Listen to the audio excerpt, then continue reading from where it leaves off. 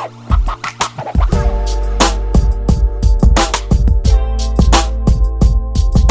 back to another episode of Simplyrobotix, the podcast. I'm your host, Monique. I am joined once again by Jaren, and we have someone that is no stranger to the show, Marcus, and we are going to be recapping episode 8 of Marvel's What If series, and the title of the episode is What If Ultron Won? Jaren, you're making a face. What's going on? I just want to say that I was right. Finally, when this episode was happening, I was like, good for Jaren, because if something didn't connect, I think you would have just like imploded. I think it all connects. I'm kind of with you. I'm with you. I was like, some of these, I used to text Monique on the side. I was like, so none of these stories line up, like none of them. At first I was like, well, maybe not, because at one point the episodes didn't line up with what was leaked. And I was like, well, damn, yes, maybe these don't line up. Then if you go back and you look at the way the Watcher introduces in every episode, like he gets closer and closer. And then there's one episode where he's like all the way back. And I'm like, I think they scrambled these episodes. But now it makes sense. He was shook. He was just like. He got the hands and feet beat the fuck out of him. Ultron knocked him to infinity and I was watching it and just was like, that's ridiculous. Like, I thought you supposed to, like, the Watcher's supposed to be like, and I was like, oh, you just a regular dude. I was like, you might as well just let Captain Marvel square up with him at that point. Like, he literally said, I have seen everything. I know everything. What the hell is going on? Yes. When he said that, I was that ass whooping.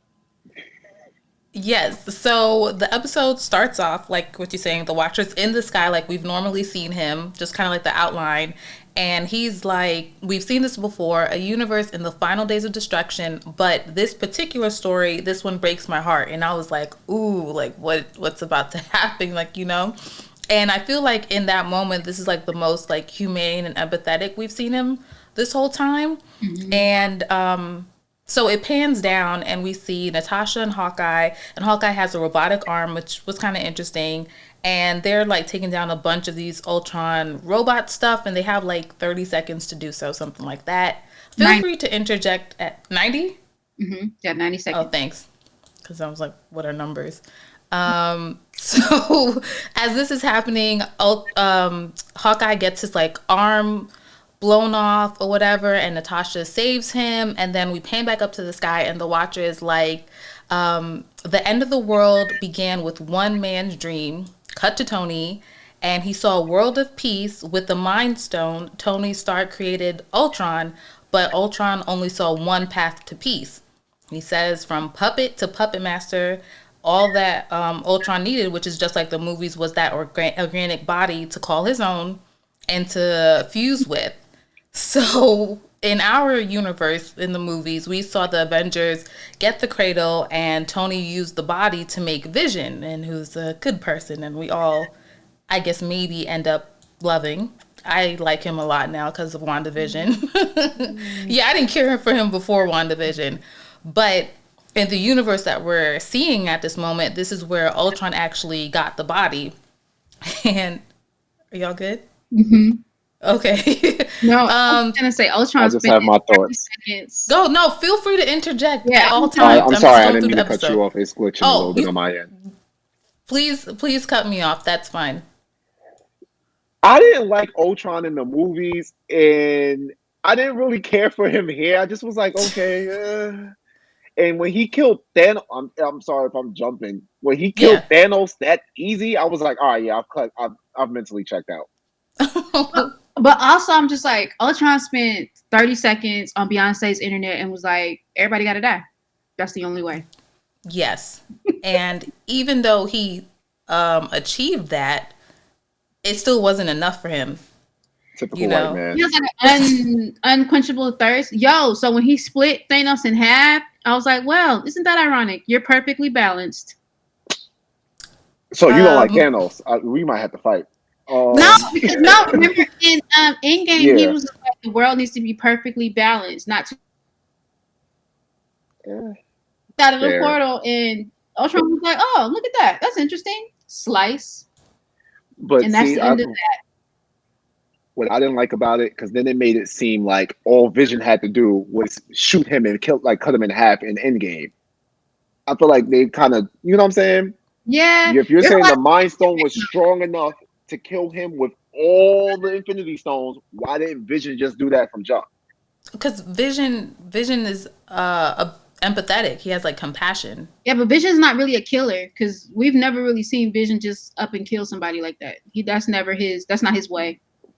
I get that, but when you see him mollywopping all of your mans walking up to you, at some point you're gonna be like, I'm gonna have to kill this man.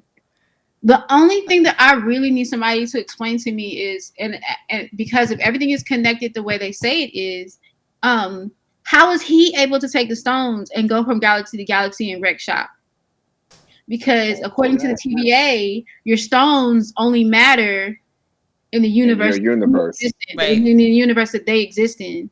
Outside of that, they're just paperweights. So, what's so special about Ultron? I think it could. Go ahead, Marcus. No, you're fine. Go ahead. No, please. I was about to say, I think with that, maybe it just comes down to like they might still exist in the other realities, the other universes. I mean, so maybe that's why he still had the power. Because the only universe that they don't exist in anymore is like, I guess, the Prime universe, because Thanos destroyed them. Maybe in the other ones, Thanos, like for some reason, didn't collect all of them or whatever the case may be. No, but it's the Infinity Stone still won't have any like significance because whatever universe someone else that comes into it with, they already have theirs, even if someone hasn't collected all of them. It's supposed to stay within their timeline because the way the TV explained it is once they leave their timeline, they no longer, because Thanos was going from world to world, but he was going from world to world within that universe. He never crossed realities. Ultron was literally going from reality to reality and just blowing. That could be because he went up to wherever the Watcher was. Marcus, because if that's the case, because like that was cute with Captain Marvel, but she didn't stand a chance. No. So everybody slow down, right? So we talked about Ultron slicing Thanos, and I just wanted to acknowledge that this is like Disney because he was smooth on the inside. He didn't have any. I was very upset about that too. I was waiting for a blood splatter. Like I Not sat at there. all. I was like, oh, so we murdering, and I was like, oh, okay, so he's paper. Got it. Cool. Right, basically. And I just wanted to acknowledge that when Ultron saw the Infinity Gauntlet, he was like, oh, me too.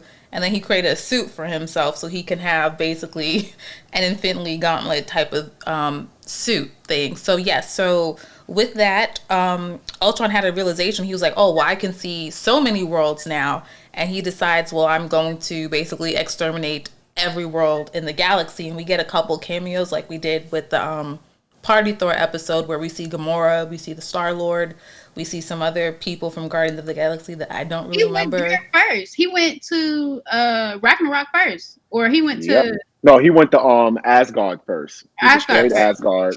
Then he went to like all the places where the gold, I can't remember her name, the gold lady from Guardians of the Galaxy resides. Battery people.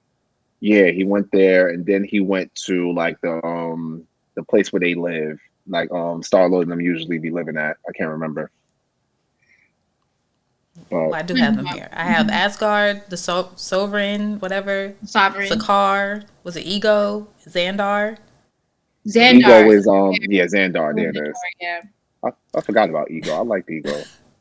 And with all that happening, then comes Captain Marvel, and I feel like they're having a good little fight. You know, you think like, oh, well, she can't like beat him this early in the episode because then what happens to the rest of the episode? And then he just like blows everything up. He's like, screw fighting back. He just bombs the whole planet, and I guess that's the end of her. Huh? From the inside, like she literally beat him to the core of the planet, and then he just like blinked, and it was it. That was it. That was it.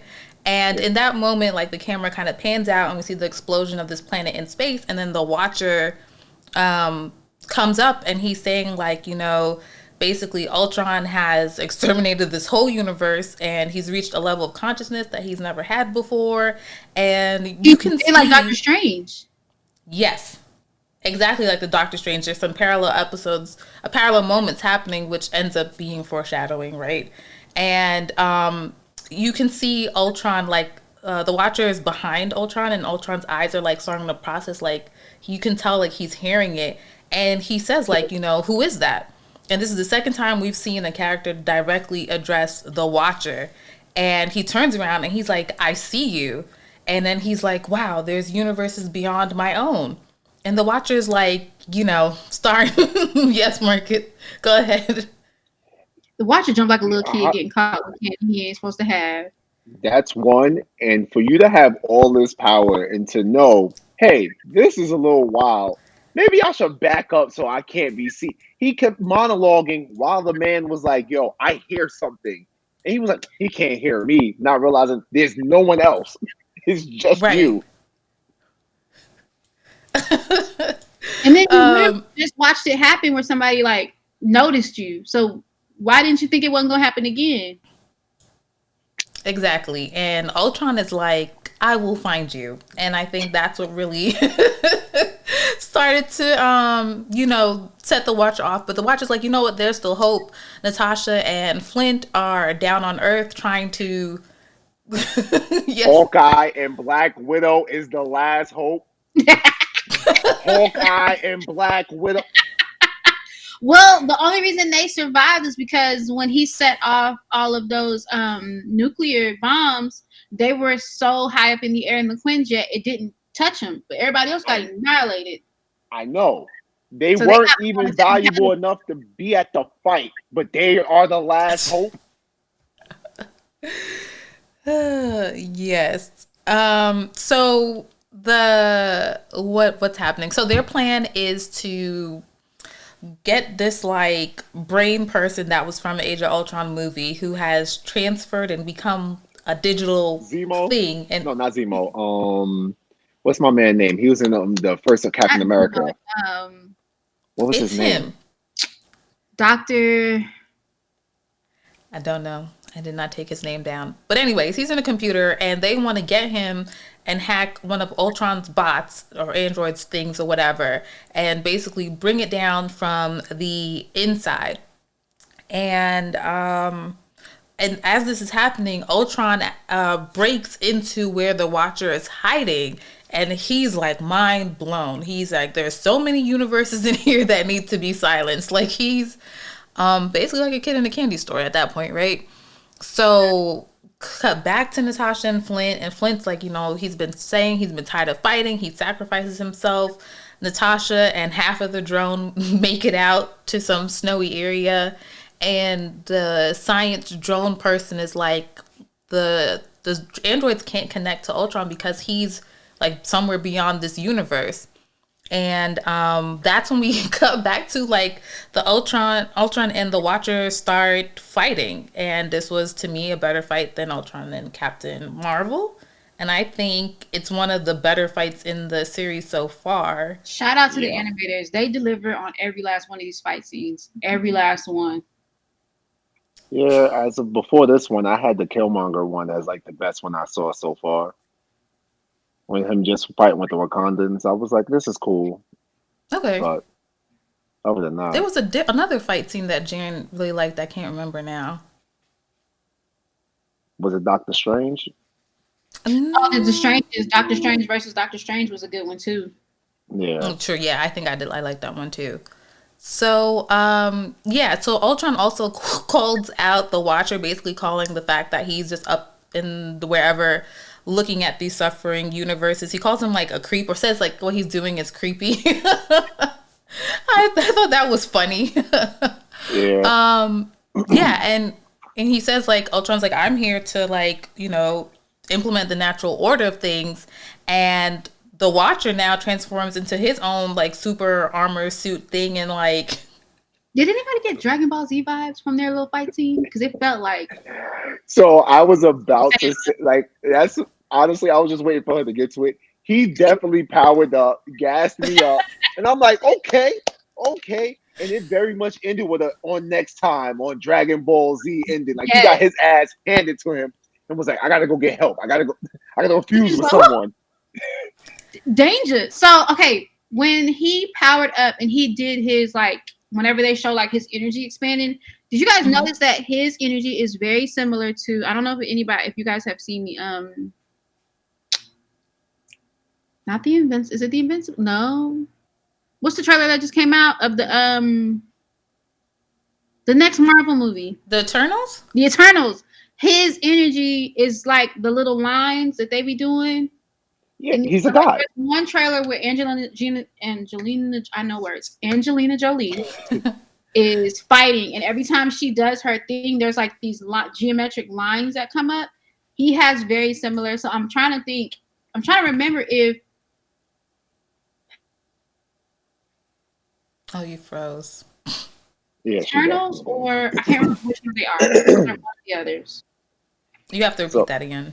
But it also means he got his power from the Celestials. I mean, I think he's considered one. No, he's not a Celestial. Oh, like on that level, is he?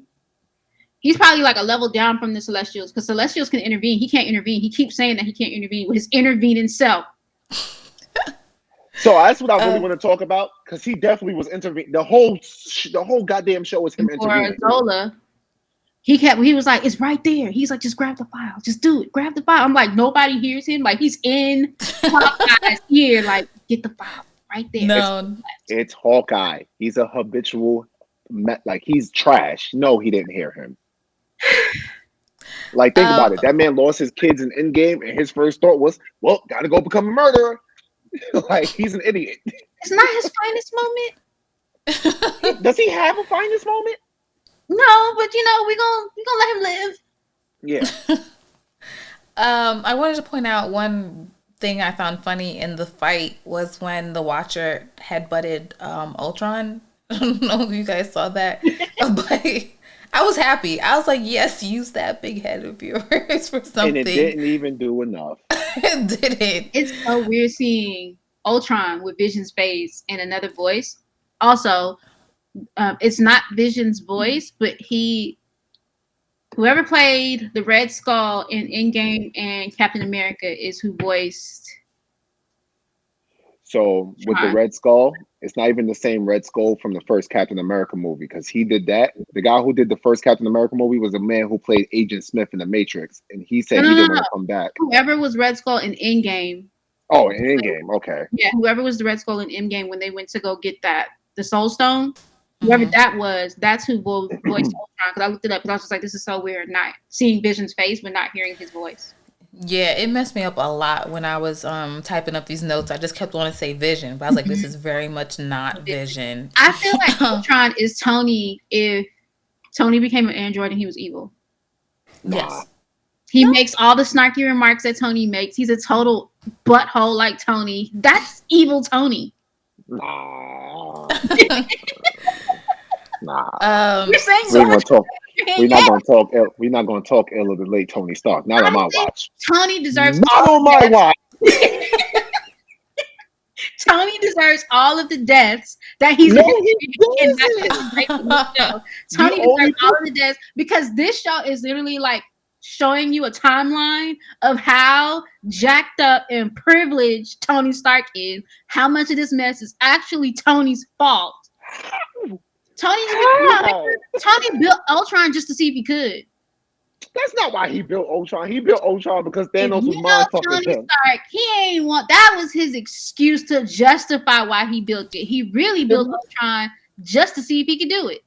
That man was having panic attacks at Applebee's. Everybody has PTSD. You don't go build a time traveling killing machine because of it. Correction. He wasn't time traveling until he met Thanos. Tony ain't have that, all right?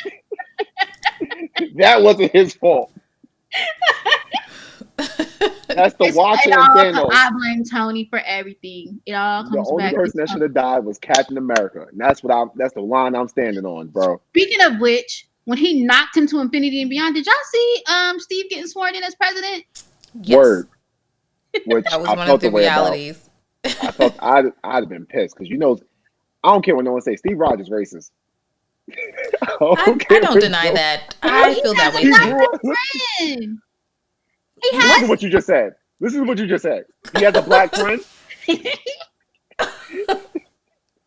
Steve Rogers racist. He has a black best friend, just like Tony. Tony guess has his what? Rhodey, and and both of them white men wasn't paying him. What's the first thing we found out in Falcon and the Winter Soldier? that The was first thing. jacked up. Tony didn't leave nobody nothing behind, and he had all that money. I mean, all his money went to his daughter. I ain't mad at it, but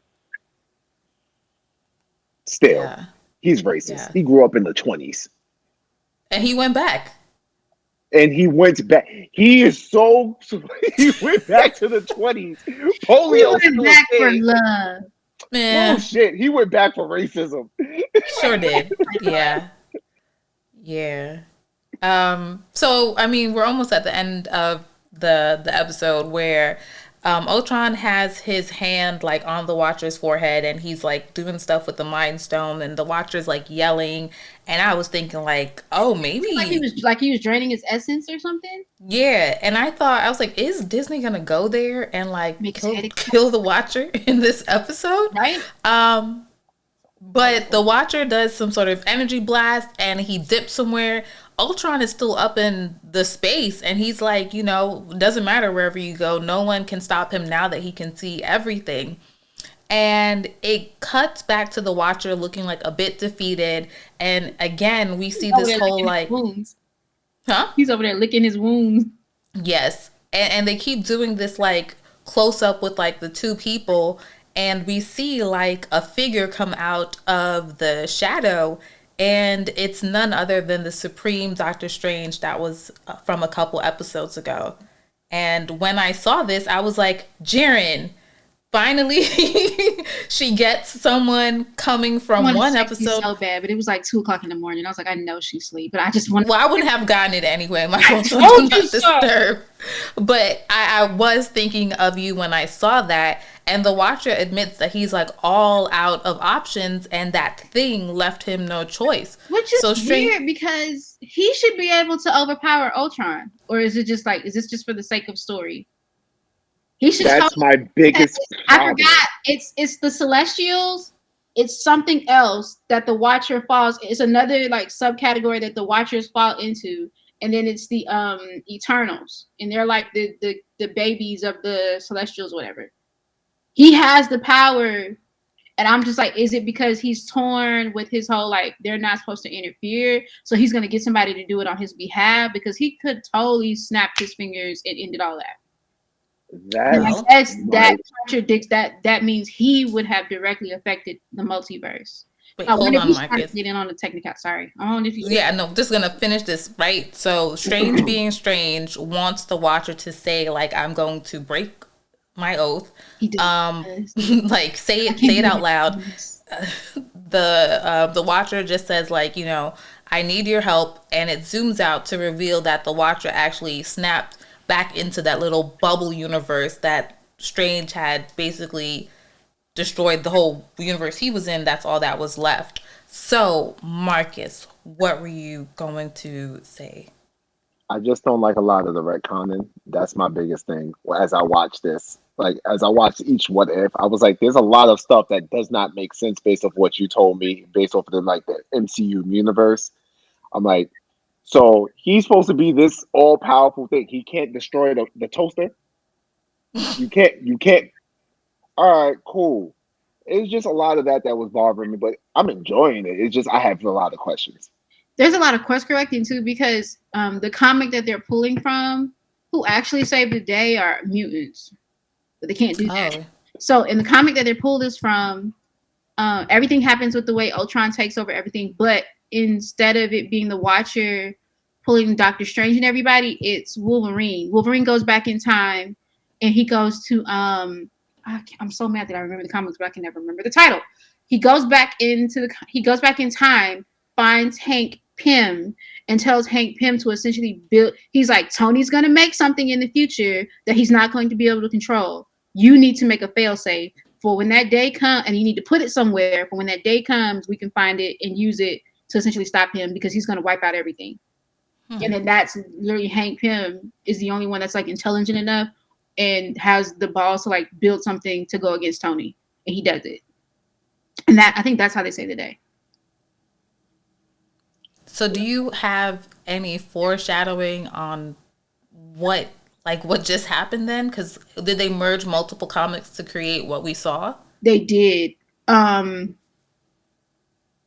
I think they're gonna veer off because, and I say that because they pulled in Doctor Strange, and I think I don't think they're gonna wrap this up in one episode. I think we're gonna get like a huge cliffhanger, and it's gonna fall into season 2. And I think what's gonna happen is we're just gonna see them pull the team together. That's what I was going to ask you, because I know you really, really want that moment. You want some sort of assembly of beings. So the next episode, maybe. Why are you shaking your head, Marcus? I wanted to end bad. I just wanted to be no happy ending. It's going to end bad, but I think they're going to leave like a huge cliffhanger. I don't even want a cliffhanger. I just wanted to be like, no, Ultron won, the end. Like, well, that's the story. Essentially, he has one. It's just now he won't stop. I want him to keep winning. I want like Michael Jordan of Marvel. You're Team Thanos, aren't you? Yeah, he is. Yes, I am. You're just full of bad decisions. Team Thanos? Listen, we could get into my views, and I could bring you over to the Children of Thanos on another time. Listen, everyone that told me that, they slowly have seen. I've been saying this for years. Monique is slowly coming over to my side. Thanos will prevail. Because of the pandemic. No, the pandemic had me thinking like maybe Thanos was onto something. There were whales in the Hudson River. The environment was becoming cleaner. He was right. Thanos was right. That's a t-shirt. He was onto something. He needs a TED Talk. But it's genocide, like in the Star-Lord episode. It's genocide. So with a twist, because it's random. I didn't pick the people to die. I was listening when he was saying it. I was like, he's right. Mm-hmm. I also don't like how Black Panther's been going out in all these episodes, or the most recent ones. I have not been a fan. I'm curious to see how are they going to justify. Or not justify. How are they going to convince everybody to come together? Because you know it's going to be real interesting when Star-Lord T'Challa see his trifling cousin. Oh, I don't know if they're going to connect it that much. But according to this one image I found weeks ago. And I believe they will give me what I want and they will connect. They might give you a little bit. They can keep British Captain America, though. They can hold that. Oh. They can keep Peggy. Captain Carter. Yeah, they can keep Peggy. We don't need that. Allegedly, we should still have the Gamora versus Tony Stark episode. Allegedly. Well, I think that's the one originally, Marcus, you wanted to be a part of. And Tony's going to die for a third time. Keep catching the big L. Like, he died every episode. He sure did. It's so weird not having, like, to piggyback on what you were saying earlier about Vision's voice. It's so weird not hearing Robert Downey's voice. Mm-hmm. Like, I hear like they're getting close to it, but I'm like, nah, it's not the same. It don't hit right here the same way. But shout out to the voice actor though, because he's doing a really, really good job. He is. It's like Diet Tony, and I'm here for it.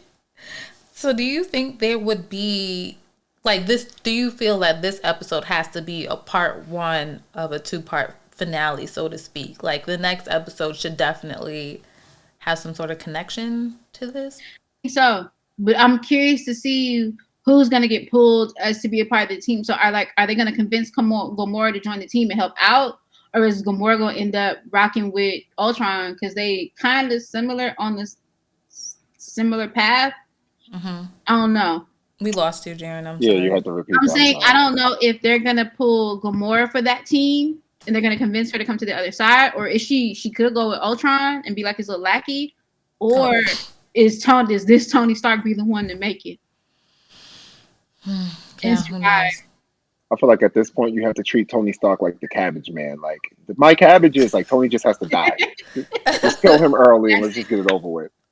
So Marcus, since you've just been catching up with the whole series, I guess overall, how have your thoughts been?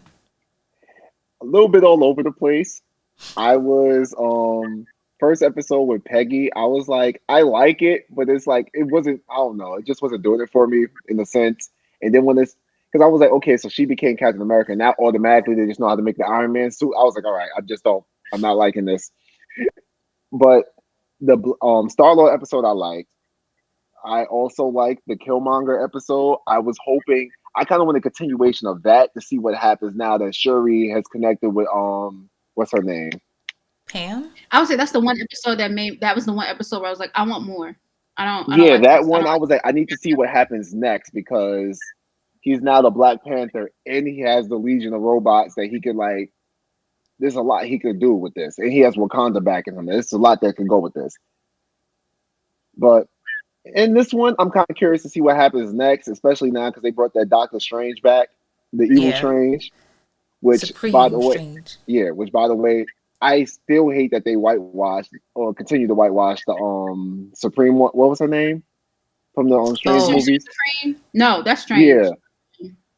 No, she was. I think she was the original one. She's not the chosen one or something. The chosen one. Something. What is it? I don't know. She's useless. All she does is come around and set him up for failure in every movie. She was like, "Yo, you're the only one to stop him." I'm sorry. She knows what's gonna happen and she lets it every time.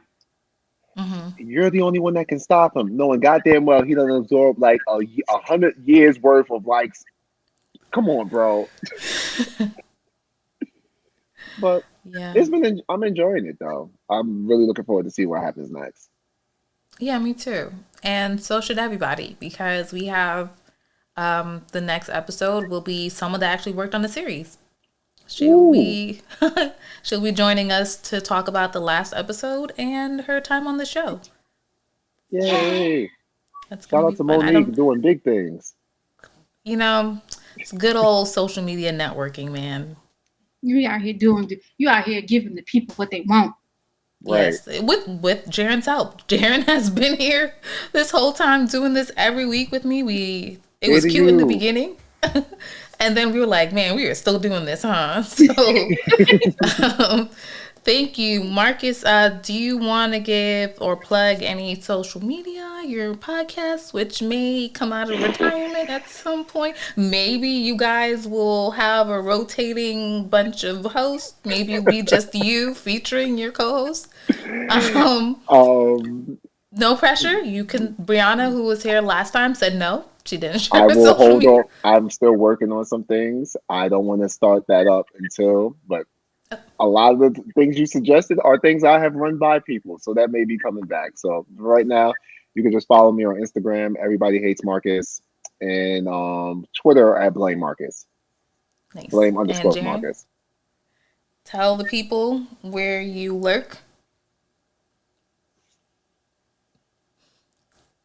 Is she frozen? I think he froze for a second. What happened? Your social media. What's your social media? Me? Yes. Oh shoot. Okay, you can follow me. My bad, y'all. You can follow me at Jaren Merchant on all social media platforms. I'm slowly getting back into posting again, so be on the lookout for new stuff. Oh, should you plug your other endeavor? Which one? For the holiday season? Oh, yes. Because we will go live tomorrow. So, some friends of mine and I, we have a gift wrapping holiday business venture called Black Paper Party, and we basically create holiday solutions for the culture. So gift wrap, ornaments, gift bags, all that stuff. You can find us at blackpaperparty.com. You can find us on all social media platforms at Black Paper Party. Woo, that's it. And me, I'm at Simplyrobotix everywhere, and that's that. Thank you guys. No problem. Bye. Bye.